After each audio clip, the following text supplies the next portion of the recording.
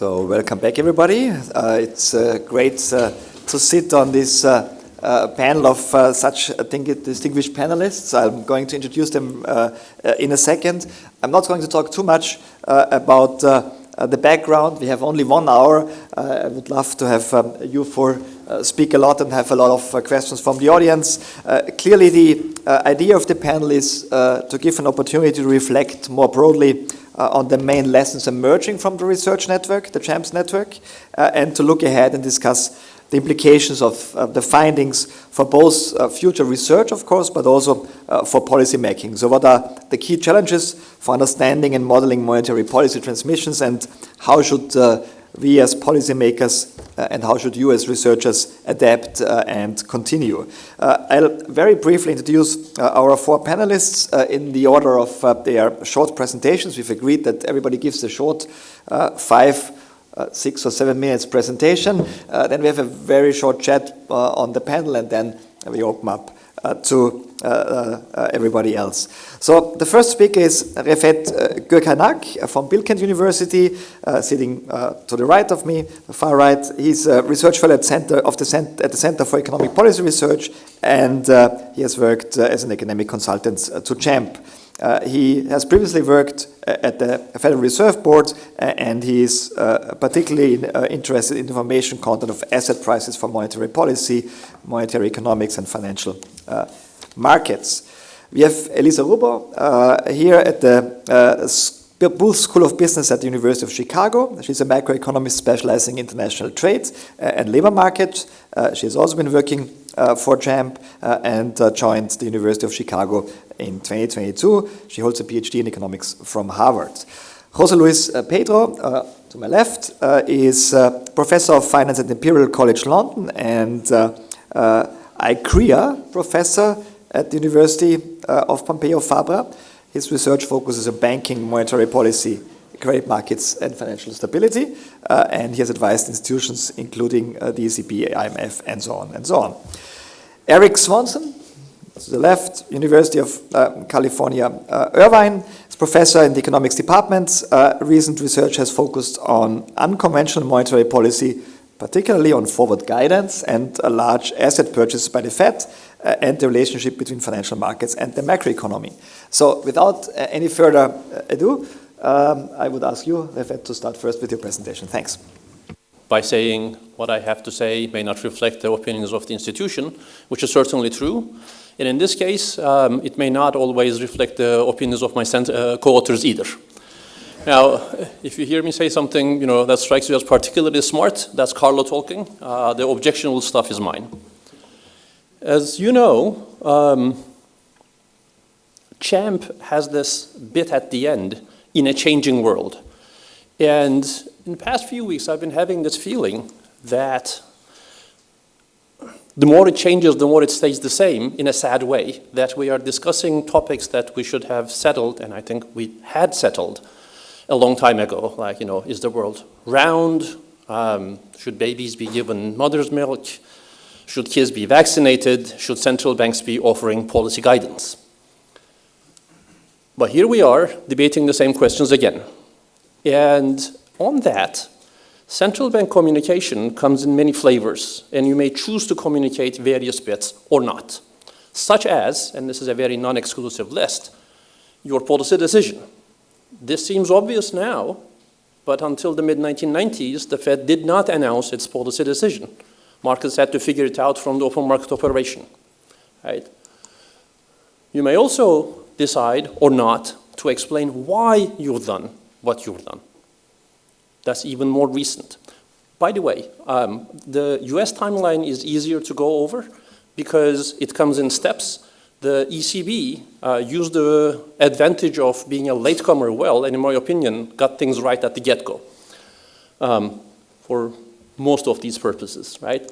You may also decide, what is the eventual goal? And it might be something fuzzy like, well, price stability, and you ask, what is it? You'll know it when you see it, or you can put a number on it or a range on it, but properly quantify it. That in the US is 2012, okay? Then you might say, well, here is what I see this economy evolving towards. Now, if you've done 2 right, usually you would have done 4 as well. Right? That's the only way to do proper monetary policy, is to take into account where you think things are going. The issue is, these aren't enough. People want to know where your policy is evolving towards. In general, actually, nobody cares about your economic outlook unless they think that is going to inform your policy outlook. And the problem is, there isn't a one-to-one mapping between the outlook and the policy.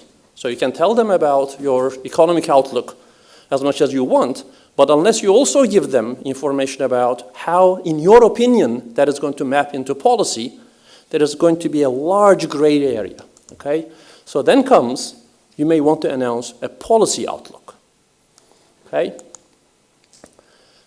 There is a separate thing from the policy outlook where you may want to then commit to something, and in general, if you're going to commit, you will want to commit to something that is a path that you would normally want to not carry walking towards. It's this last bit that is really forward guidance as a policy tool. It's sad that 5 and 6, and in fact, a lot of these things, but in particular 5 and 6, get mixed together. One is just good governance, right? You don't want to add to the uncertainty in the markets by not telling the market participants what you already know about your own outlook. It's very separate from saying, I will follow this path. You didn't expect me to do this because, 6 quarters from now, surely I will want to raise rates, but I'm telling you that I will not. Okay? Why? Because it's going to help us now. That's forward guidance as a policy, and it's very different from announcing your general outlook. Now, it's really important to remember, and these are not things that we're learning now. I'm going to refer to him often. Eric has a wonderful JMCB paper, 2006, right, that said the Fed beginning to announce these statements has been very useful in lowering the volatility in financial markets, decreasing the uncertainty perceived by financial market participants. And this isn't inefficient. You're not giving them a false sense of security. You're actually correctly conveying the actual uncertainty because you know how uncertain you are, right? This is really important. There is this bogus sense of, we're going to do reaction function guidance. There is no such guidance. You cannot commit to a reaction function. It's not the same as committing to an inflation target. Every time you're deciding, you're redeciding how much you want to weigh inflation against other risks, how worried you are that there is going to be a financial stress, this, that, how smooth you want the policy path to be, okay? And therefore, there is no mapping between, again, this is exactly why you can't say, I'm going to give you the macroeconomic outlook guidance, and you'll know the reaction function, hence, no need for policy guidance separately. If that were true, all central bankers would be out of a job. You just need the staff forecast and the rule, and you'll be done. That's not how the world works. It's really important to remember that the financial market participants really want to know what your outlook is. There is great demand for this, and that demand will be satisfied one way or another. Which brings me to work that we've done under ChaMP with Carlo Thilokind and Luc Levin, where following Eric's work on the US, we asked, well, what exactly is monetary policy? And this isn't a esoteric question of let's think about deep stuff. Well, hopefully we are thinking about deep stuff, but it is, the policymaking body may come out and say, look, you didn't expect us to, but we increased the interest rate 25 basis points, and we're going to recognize this as, monetary policy surprise. What about some central bank official coming out a week before and saying, you didn't think we would do this, but we will do it, okay? Are these the same? What are all these speeches doing? So first we looked at the distribution of speeches and the policy events. The green line is the cumulative number of governing council meetings of the ECB. That line is getting flatter because the frequency of meetings is getting lower. Yeah? It started with 2 meetings a month, now it's once every 6 weeks or so. The red line is the president's speeches, and the blue one is the other executive board members' speeches. And as Carlo likes to say, these people like to talk. Okay. Does it matter? I want you to pay attention briefly to the top panel here that says the policy meeting here is the press release, not the press conference. So it's not in the, remember in the Euro area case, the statement is part of the press conference. So it's not even in here. It's just that this is the policy decision we took, okay? That thing is the most important mover of markets, followed by president's speeches, followed by other executive board members' speeches. There are two things that are important here. One is the orders of magnitudes are similar. These speeches actually affect markets about as much as policy decisions. The other one is that, but the most important one is the policy decision itself. That's very different from Eric's findings for the US, where the Fed chair's speeches actually move markets more than the FOMC announcements. Why the difference? Apart from some methodological differences, two reasons. One, in the Fed board, it's the chair who gives the speeches. 2/3 of the speeches are given by the chair, and that person speaks for the institution. At the ECB, there is no similar dominant voice. The president actually gives a minority of the speeches. As importantly, what we see, and I think this is really consequential, is they show in the US, after 2019, the importance of chair speeches go down. What happens in 2019? The FOMC institutes a policy of the chair holding a press conference after every meeting. We see that after 2004, in the Euro area, the president's speech's impact goes down. What happens in 2004?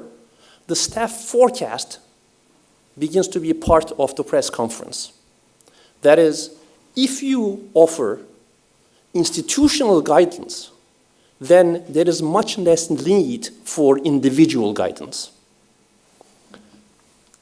Now, does it matter in the grand scheme of things? Do these things move the real economy? That middle panel, the green ones, is the high frequency identified VIR that you're used to seeing. So this uses the, who else? Altavilla surprises, again, based on Eric's work, right? The bottom panel is if you use only the speeches as the instruments. And what's striking is these are about identical. Speeches are policy.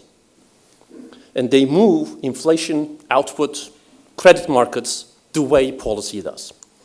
Now, we hadn't written this paper with these questions in mind, but that's what's so great about central bank research.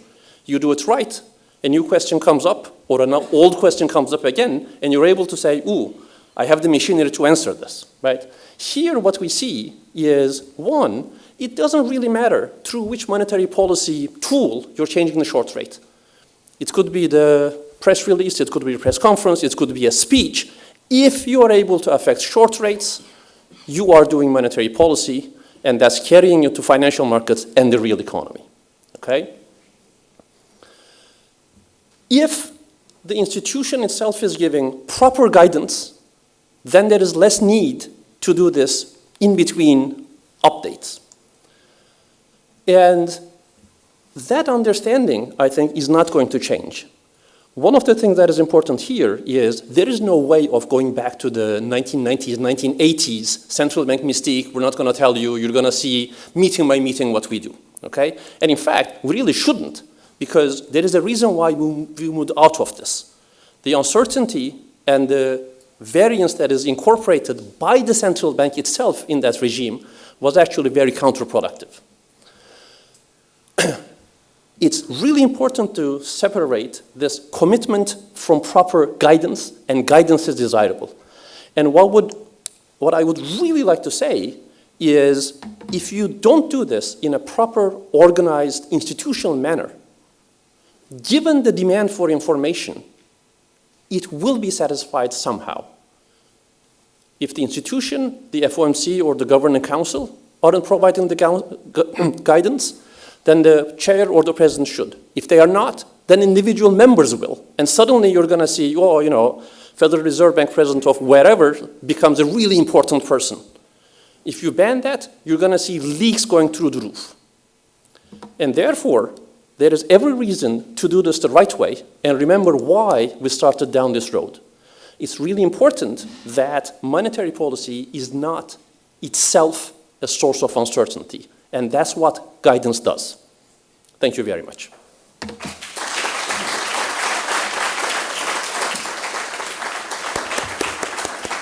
Thank you, Refet. Elisa, please.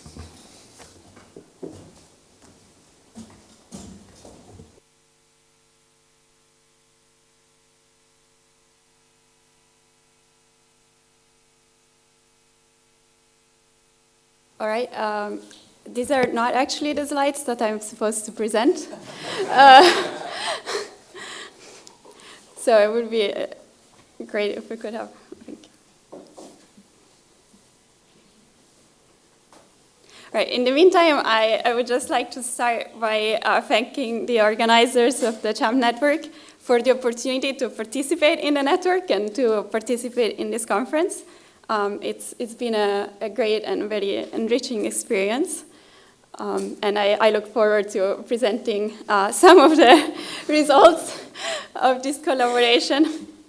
You already heard something about this work from Maria before, and you'll hear more about it from Chiara this afternoon. But I look forward to the opportunity to put a little bit more in context this work that connects with my research and particularly with the ECB and ChaMP goals. So I'm just asking the organizers, should we swap or we're fine?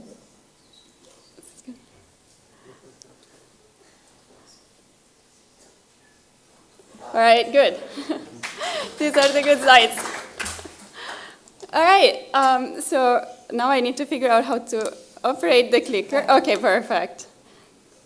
Perfect. All right, so as you heard this morning, one big takeaway from the work of the workstream 2 is documenting that there is a lot of heterogeneity across industries, and this is important for the transmission of monetary policy, both across industries and in the euro area aggregate.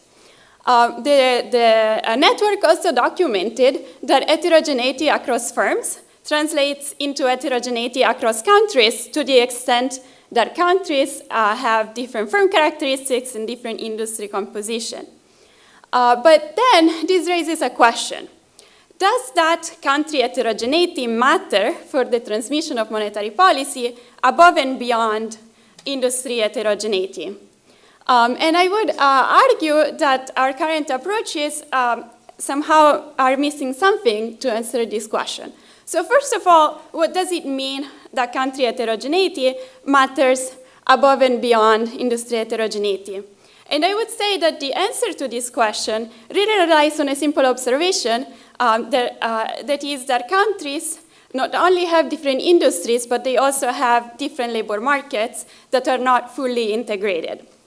So in the context of industry-based models, this observation actually is really not emerging. Why? Because industry-based models typically make the assumption that all firms and industries are drawing from the same pool of resources, the same integrated labor market. And even industry-based models that compare different countries often ask the question, what would happen if the whole world was like Spain? Or what would happen if the whole world was like Germany? And then they say, well, then the outcomes in Spain or Germany will differ in the way that these different models tells us. But none of these approaches is really capturing an important feature of the European Union. That is that European product markets are very integrated. So we have a lot of trade between the industries that are located in Italy or Germany or France. But we have much less integration on the labor market. So the resources that Italian, German, French industries pull from don't move across countries as much as their products move. So I think this is the key reason why cross-country heterogeneity will matter above and beyond heterogeneity across industries. So this raises two important questions for policymakers. There are, how does this combination of product market integration and labor market segmentation, or more in general, factor market segmentation, including also capital and other resources, how does that impact the aggregate transmission of monetary policy and the way that local shocks affect aggregate European variables? And on the other hand, how does product market integration and factor market segmentation affect the incidence of macroeconomic perturbations across countries? So here is where my work and the work with the work stream 2, and in particular with Chiara, comes in. So the objective of this work is precisely to understand better the interaction between factor market segmentation and product market integration. And we take a two-pronged approach here. So from a modeling and conceptual standpoint, we want to understand which parameters matter for cross-country and aggregate outcomes. And so first, the model is going to tell us which parameters we need to measure and why. And second, we are going to actually measure those parameters, build a euro area dataset that captures these important factor market characteristics and quantify their implication for our two policy questions. So first of all, let me give you a little bit of intuition, of economic intuition, for why this combination of integration on the product market and segmentation on the factor market is going to matter, both for cross-sectional and aggregate outcomes. So the transmission mechanism will have three stages. The first is going to be the incidence of shocks. So how exposed each industry and each country is to shocks. Second, and that's the very novel part of the framework, is the realization that different countries with their different labor and resource markets will adjust along different margins to these shocks.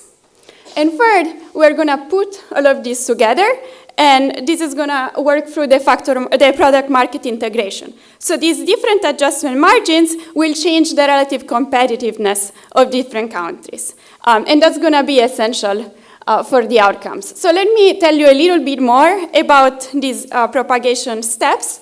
The first step is kind of really coming from the work of the ChaMP network and the work stream 2. The first step is shock exposure, and that depends on things that we already know and measure. That are the industry composition of different countries and the expenditure shares of industries and consumers in different countries. So that's kind of coming from the input-output literature. And we take these kind of already from the data in our calibration. The new part is the factor market adjustment.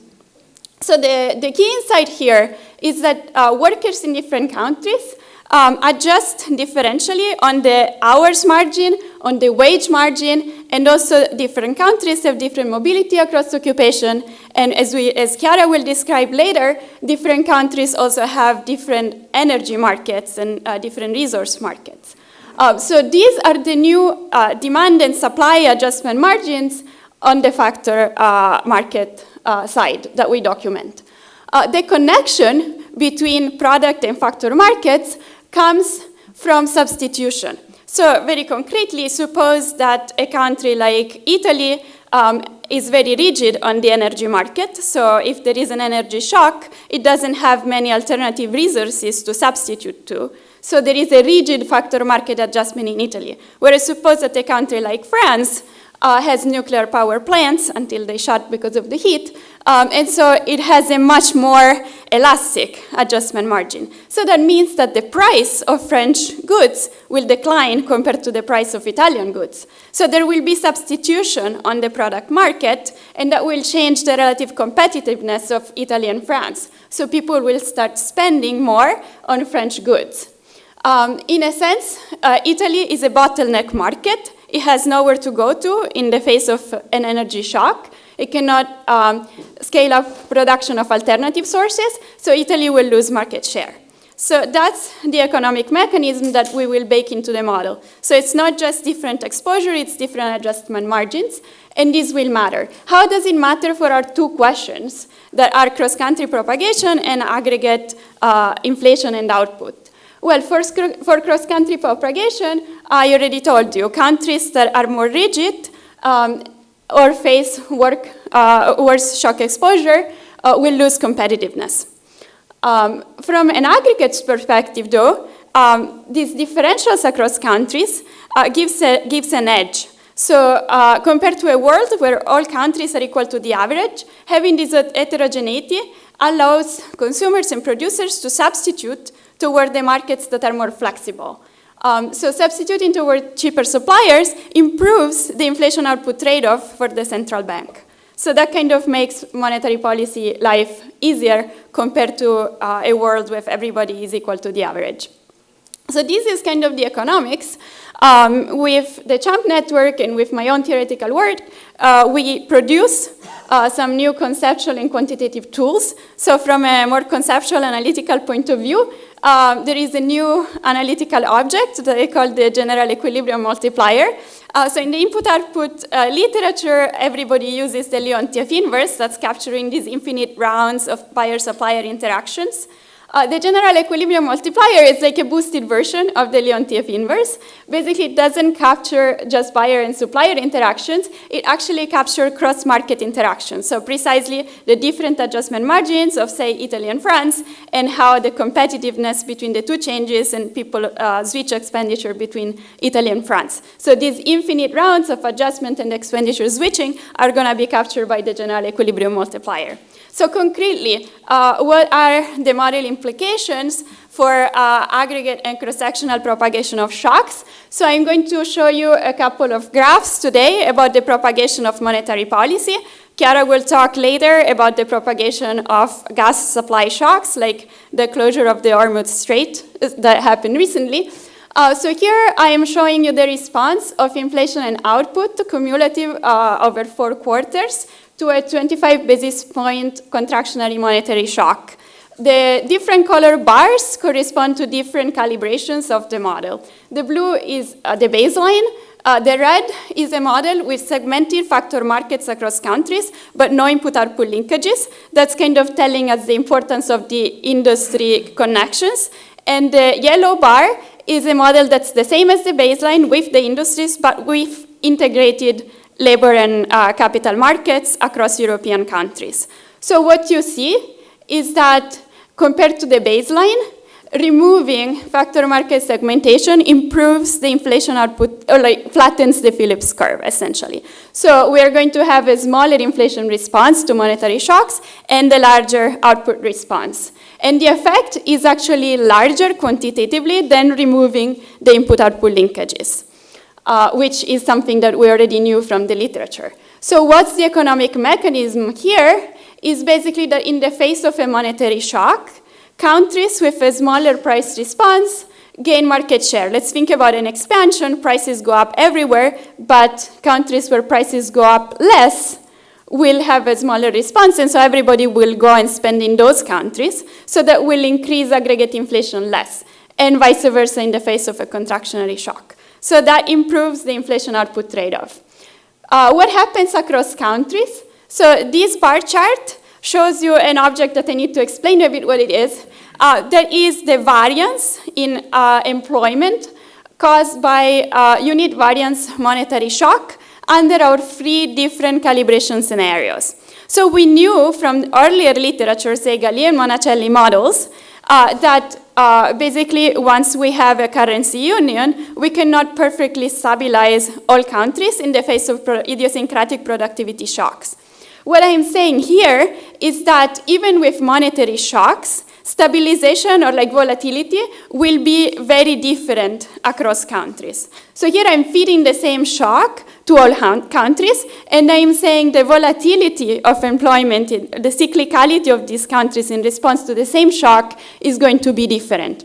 Why? Well, essentially because in rigid markets where wages cannot adjust, employment will face the burden of adjustment, whereas in more flexible markets, employment volatility will be much lower. So as you see, the yellow bars are a setting where factor markets are integrated, so transmission of monetary policy will be the same across all markets. The blue bars are the baseline model, And they show you that transmission is very heterogeneous. So we go from countries like Italy that have more rigid labor markets to countries like Malta here, or Austria that have more flexible labor markets, and there's actually a 60% difference in the implied volatility. So what do we take away from these results and from, in general, from this research agenda? Well, the first takeaway is that while the industry-based input-output literature tell us exposure matters a lot, both directly and indirectly through suppliers, here this literature tells us it's not just a story about exposure, it's also a story about adjustment margins. So we don't just need to measure exposure through expenditure shares and the Leontief inverse, we need to measure adjustment margins. Chiara did a lot of work in connection with our joint projects to measure these adjustment margins across European countries, but we need a lot more. So here is another call for data echoing the ones earlier this morning. To calibrate our model, we needed data about wage adjustment frequencies across countries and occupations. We have some, but it is limited. We need data about price adjustment frequencies across countries and industries. Again, we have some, we don't have enough granularity. We also need better data about labor mobility and unemployment transitions, again, across occupations in European countries. And likewise for intensive margin hours adjustment. And we also would need better data on the product market adjustment margins, like substitutability across inputs and consumption goods. So all these margins will be relevant, and the model tells us that these are the relevant margins and how to map this information into country level and aggregate outputs. But I think it would be a great investment for central banks, and especially for the European Central Bank, given heterogeneity across European countries, to have resources to measure the relevant margin, this relevant margin in response to supply shocks. And this framework that we built has several applications. So today I showed you application to monetary shocks. Chiara will show you later an application to gas shocks.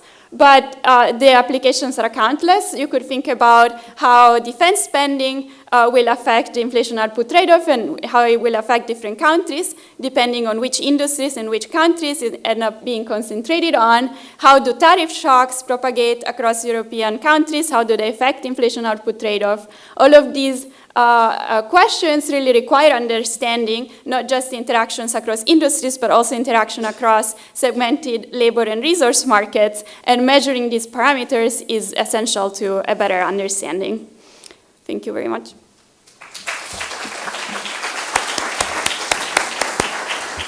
Thank you, Elisa. Jose Luis, please. And I have to apologize. He is, of course, now at Luis in Rome and at the Einaudi Institute and moved from Imperial College. So, no, sorry. Exactly. So thanks a lot. Thanks a lot for the invitation.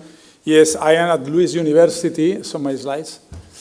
I am at Luis University and AF. And so, yeah, so I was in Barcelona, in Pompeu Fabra.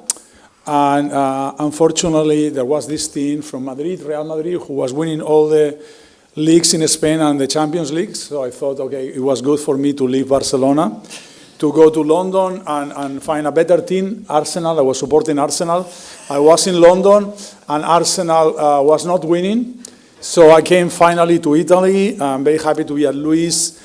And Luis, but now Fabio is going to kick me out from AF and Luis because Banca, the national team of Italy is not even qualifying for the.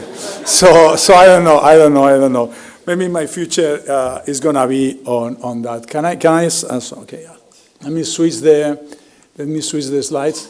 So from yesterday and today, what I got from these two groups is very summarized, is that heterogeneity matters. And going back to Philip, is not only heterogeneity matters, but we want to go from micro to macro aggregate effects. This is what I got from yesterday and today. And so my research Martin told me, so connected to your research, my research has always been like that, and I can talk more on my previous research, but my current research is also about this. So the first one is my question on the previous, so I was a bit puzzled on my question to the previous two groups. So here there are two group streams, number one, finance, number two, real, and I think the two are connected. The two are connected. So we did this paper with Spanish data in which we connected the two. So something for the future, if there was a work stream number 3, is that the two are connected, and in different countries, including Italy, there is a connection between the networks on the production side with the financial side. And that will be, for instance, super important for monetary policy, for the control of monetary policy or for macroprudential policy.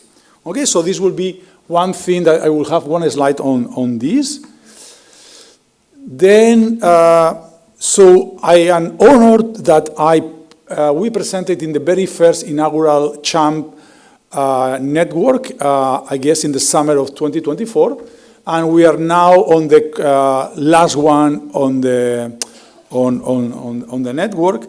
And in that one, we presented this paper with a long-term co-author of mine, two former colleagues from Pompeu Fabra. We started this paper on the 22nd of February 2022, which was the day that Russia invaded Ukraine. We thought that inflation was going to go up. We thought that sooner or later the central banks were going to react with higher inflation. And we thought maybe let's check in the history whether periods in which you have had very low rates for a long period and then you increase massively interest rates, for instance, to combat inflation, maybe this might create some financial stabilities. And this was the second paper, which I will tell you a bit later. The third one, so the other two are already published. They were published fast. So I have a paper with Carlo and Luke from the ECB. And this paper, hopefully this year, will be already in the journal. So we are close to the publication, but it's not there yet. In this paper is a kind of, so if you have monetary policy in the euro area, and there is heterogeneity across countries, and across firms, and across banks, so maybe you need another policy in order to tackle this heterogeneity, and this paper is about that. This paper is about that, you know, what are the effects of macroprudential policy on the lending and on the real side when you have this imperfect monetary policy. It's a combination of monetary policy and macroprudential policy. Okay, so I'm going to talk about this. I have 3 more slides. On the very first paper, let me say, like, going back to stream number 1 and stream number 2 in the ChaMP. So what we find is a very strong amplification between the financial side, the financial networks, which will be stream number 1, and on the production networks, that will be stream number 2. We found that, and we'll continue working in this particular area. Let me say something on identification. We have this VAT type of data, the production network. We have the financial network. We take some shocks. And then I will, going back to Philip yesterday, micro to macro, I will say something how to generate the macro effects, which will be through this general equilibrium macrofinance paper that we estimate as structural. Then what do we find? We find big economic effects. So we find that if you take the two into consideration, the macro effects are going to be 50% bigger than if you don't take the two together. This will be the first thing. The second thing, and I was not fully paying attention to the OP2, but I don't fully know all your results on the production network, but what we find is that an important part of the transmission through the production network is not just the direct suppliers and customers, but higher order effects. Higher order effects meaning suppliers of suppliers, or suppliers of suppliers of suppliers, customers, and things like that. Okay, so the higher order effects are crucial into that. The last thing I want to say, And this is, again, going to the micro. Everything is heterogeneity, as you can realize. But then going back to Philip, that this heterogeneity matters for macro. So in the last part, the last bullet point, you know, this diff in diff that many people do, and I saw some papers on OP1 on diff in diff, you know, they are missing what is called the intercept problem. You know, I might be a bit worse than another person, okay? But we're just analyzing one versus the other. But for the macro, you need the whole effect, the whole effect.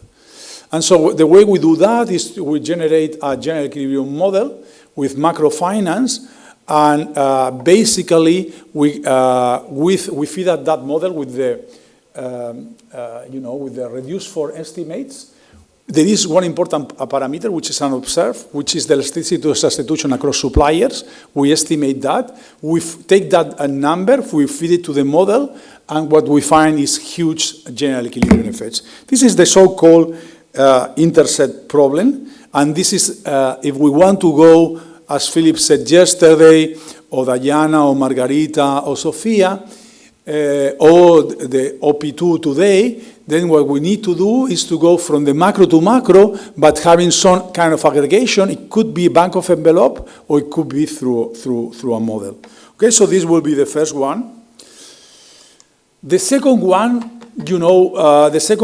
I did present, once in a long time period, I presented a paper which I published, and I ended up publishing Econometrica, and I presented that paper on the so-called risk-taking channel. I presented that paper in July 2017. This was 1 month before, on the 9th of August 2007, the ECB, the Eurosystem, had to intervene with 95 billion. And in that paper, we were saying in Spain, at least in Spain, all these low interest rates, they created like a big bubble on real estate, and these guys look fragile and more fragile, okay?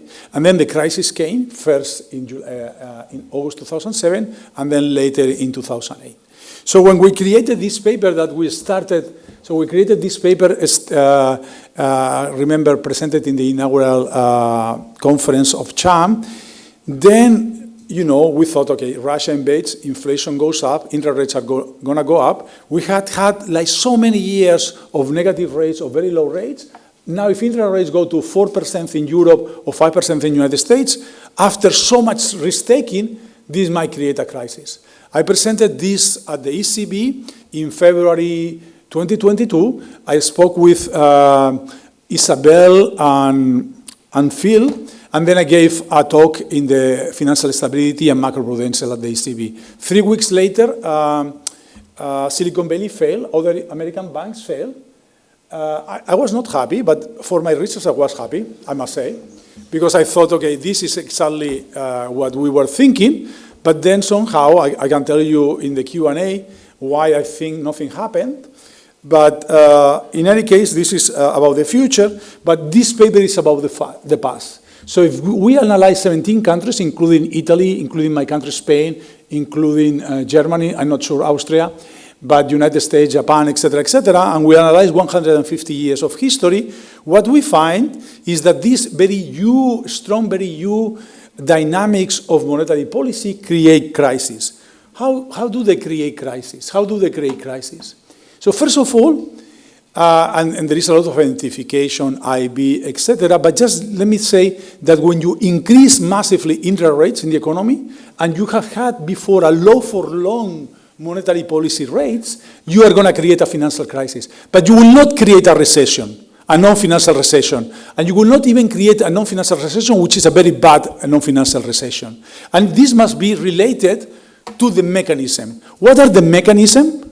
When you have very low rates for long, what you are going to create is a massive credit boom and a massive asset price boom. So yesterday we have loved to ask the governor from the Fed that he said, we were talking about financial dominance. I wanted to ask about financial dominance. Because in the Fed right now, they have a massive stock market and a massive debt. Also, part of the debt is non-regulated system in the non-banks. I didn't ask about that, but my mind was deep. So what are the mechanisms? The mechanism is that when you are in this low for long, you're going to create a massive credit boom. Part could be unregulated. Asset prices will go up. And then when you get afraid, maybe for inflation, for other things, you start tightening massively monetary policy, like in the Fed 5%, here at the ECB 4%, because you have a weak system, because you took a lot of risk both on the credit and on asset prices, then you are going to create potentially, at least in our data, with 40% of chances, a banking crisis. Let me just say one thing in the last lines. What we find in history, it is not interest rate risk. Nowadays, we economists, we check in the last data, and since we found some interest rate risk in Silicon Valley Bank, we say interest rate risk is super important. But if you look in the history, credit risk is more important. And we have a massive debt in the system, both public, both private. An important part of the private, it is in the unregulated sector. The last paper, this is a paper which these wonderful co-authors, good friends, Carlo and Luke. So this one is the following thing. So this, what I got also from this ChaMP, is that there is a lot of heterogeneity. So we are in the euro area, we have only one monetary policy. This creates heterogeneity impact across different countries, okay? For instance, my country, I might say, I am a Spaniard, so my country is a kind of bipolar. So in good times, we are super happy, like we are super optimistic, and we consume a lot, we invest a lot. But when times are bad, and so the economy booms. When times are bad, we go to the opposite. We're a bit pessimistic. I don't know as compared to the Italians, but we're a bit pessimistic. Now in here, the monetary policy, if it works strongly for Spain, that's good. Because since we have a bigger boom, we want, like the monetary policy on the tightening is better. Because, we are having an excessive boom. So if we go down, like a softening, that's good because we're having a lower bust. But in general, that might not be optimal. So the paper with Luke and Carlo is to say, okay, since we have this heterogeneity and one monetary policy, let's use macro-pru. What happens with macro-pru? And what we find is that macro-pru complements very well monetary policy. And in particular, if there is a limited impact of monetary policy on credit and on the real side, macro-pru can help on that. Okay? Maybe it's not so actively used, but it can help, and we showed that in the data. The final thing I want to say is that because mortgages are highly leveraged, they have full recourse in Europe, meaning you have to pay. This is not like United States that I give you my keys and that's it, I walk away. So if you are very tough so in a sense, banks, even independently of the macro-pru, especially if it is not borrower macro-pru, that we analyze borrower macro-pru with Carlo and Luke, they care less because in a sense the collateral is very good. Not only the collateral of the house, but the present and future income and wealth. Okay? So the bigger effects are both on consumer lending and on corporate loans. Thanks a lot for the invitation. Thanks a lot for bringing me on the first inaugural ChaMP conference and also in this one. Thanks a lot.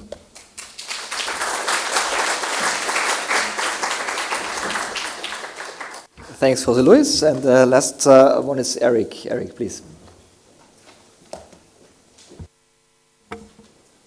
Thank you very much for inviting me to participate in this very distinguished panel. Let's see if my slides come up. Okay. I'll try to be brief, if I can get this clicker to work. There we go. Okay. I was asked to talk about monetary policy transmission, heterogeneity, and changes in the U.S. I'll talk a little bit about heterogeneity in the U.S. There clearly is heterogeneity across states in the U.S. with respect to oil price shocks. People have known that for a long time. But you can also, there's a recent study here that I cited by some authors at the Federal Reserve Board documenting that. The evidence for monetary policy transmission heterogeneity across states is less clear, but there is some. For instance, Great Lakes states, that's the Rust Belt states like Michigan and Ohio, they are more manufacturing intensive. they're more monetary policy sensitive, and there's some evidence for that going back to a paper in 1998 in RE Stat by Carlino and Defina. Another example of heterogeneity is California and a few other states are very mortgage financing sensitive because house prices are so high in California. And so normally that would make California more monetary policy sensitive. However, loan-to-value constraints are also important for mortgages, and loan-to-value constraints are also very cyclical. And so often what happens is when the economy is bad, the loan-to-value ratios end up getting very high. And so although you would be more monetary policy sensitive, the loan-to-value ratios prevent you from refinancing, and so it makes the relationship more complicated. There's a detailed paper on this by Baraja, Fuster, Hurst, and Vavra in the QJE. And there's a more recent paper that low-income metro areas in the US are more monetary policy sensitive. And the idea is that low-income areas would have more hand-to-mouth households. And if you tighten monetary policy and the economy contracts, they would have to contract by relatively more. Okay, that's in this year's RE Stat. I think it's even just forthcoming. People have looked for some other possible sources of heterogeneity, like small firms versus large firms, differing across regions of the US. But there hasn't been a lot of evidence that any of those additional channels really matter. So these are the only 3 examples of monetary policy transmission heterogeneity across regions of the US that I've seen. The heterogeneity in the US is a lot less extreme than in Europe. There were great examples yesterday of how the loan financing maturities and contracts vary so much across European countries, and we generally don't have that kind of heterogeneity in the US, although we do have this. Okay, so let's talk about monetary policy transmission changes over time in the US.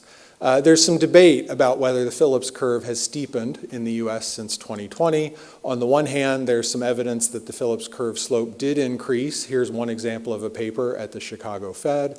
But other people have said the Phillips curve slope didn't change, it's just that there's a nonlinear Phillips curve. And so the paper by Benigno and Egertson is a great example of that. So it's not so much that monetary policy transmission changed, but more that this nonlinearity has always been there, and just now we're hitting that nonlinearity.